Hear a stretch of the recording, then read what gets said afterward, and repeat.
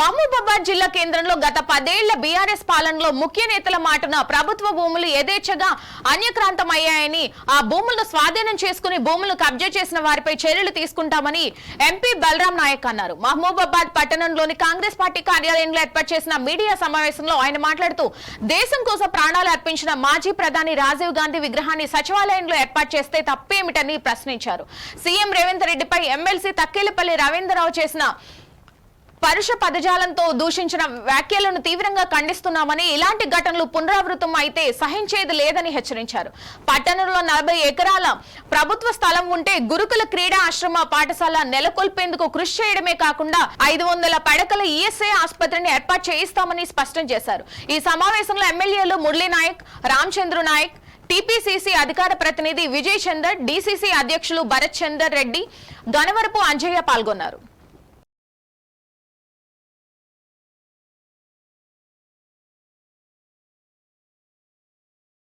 కేసీఆర్ గారి మీద మాట్లాడుతూ కేసీఆర్ గారి తన తండ్రి యొక్క విగ్రహాన్ని పెట్టుకోవాలనే సిగ్గు లచ్చ ఉండాలి.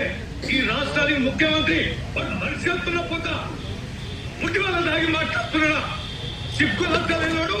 కేసీఆర్ పేరెంట్తో ఇస్తాడు, కేసీఆర్ తాగుబోతున్నట్టు ఒక విద్యార్థులను పెట్టుకొని ఈ జాతిని ఈ రాష్ట్రాన్ని ఏ స్థాయికి తీసుకెళ్తున్నాడు.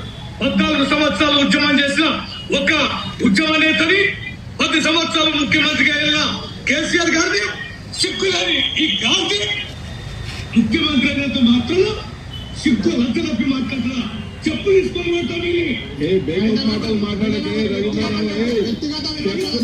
కాలువని మొత్తం కూడా తన సంబంధించిన పీడీ కాలువ పలుచుకోవడం జరిగింది. నిన్న ఏఈ గారితో డీతో మాట్లాడడం జరిగింది. సార్ మీరు ఒక పిటిషన్ ఇవ్వండి, మేము ఖచ్చితంగా తొలగిస్తామని చెప్పింది. అదేవిధంగా నువ్వు చాలా ఎమ్మెల్సీ గొప్ప గొప్ప మాటలు మాట్లాడతావు కదా, చాలా అన్ని తెలిసిన వాడివి కదా.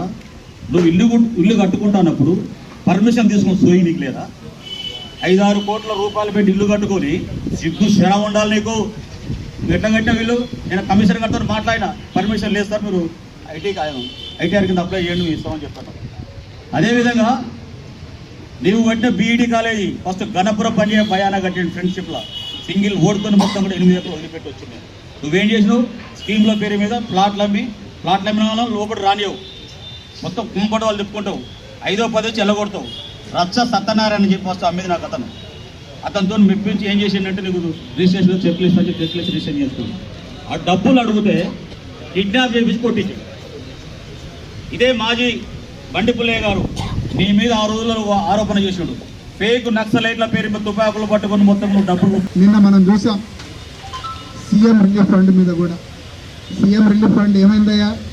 కేవలం ఆసుపత్రిలో మనం చూసాం వైఎస్ రాజశేఖర రెడ్డి గారు పేద బడుగు బలహీన వర్గాల ప్రజలు ఎన్నో ఇబ్బందులకు గురయ్యి వాళ్ళకు ఉన్నటువంటి రుగ్మతలను వాళ్ళు ఉన్నటువంటి వైద్య సదుపాయాలు లేక గవర్నమెంట్ హాస్పిటల్లో సరైన వైద్యం అందక చాలామంది ఇబ్బందులు పడుతూ ఉంటే ఆరోగ్యశ్రీ పథకం తీసుకొచ్చి పేదలకు న్యాయం జరగాలి, పేదలకు వైద్యం అందాలి అనే మంచి దృఢ సంకల్పంతో వైఎస్ రాజశేఖర రెడ్డి గారు ఆ రోజు ఆరోగ్యశ్రీ పథకాన్ని ఏర్పరచడం జరిగింది.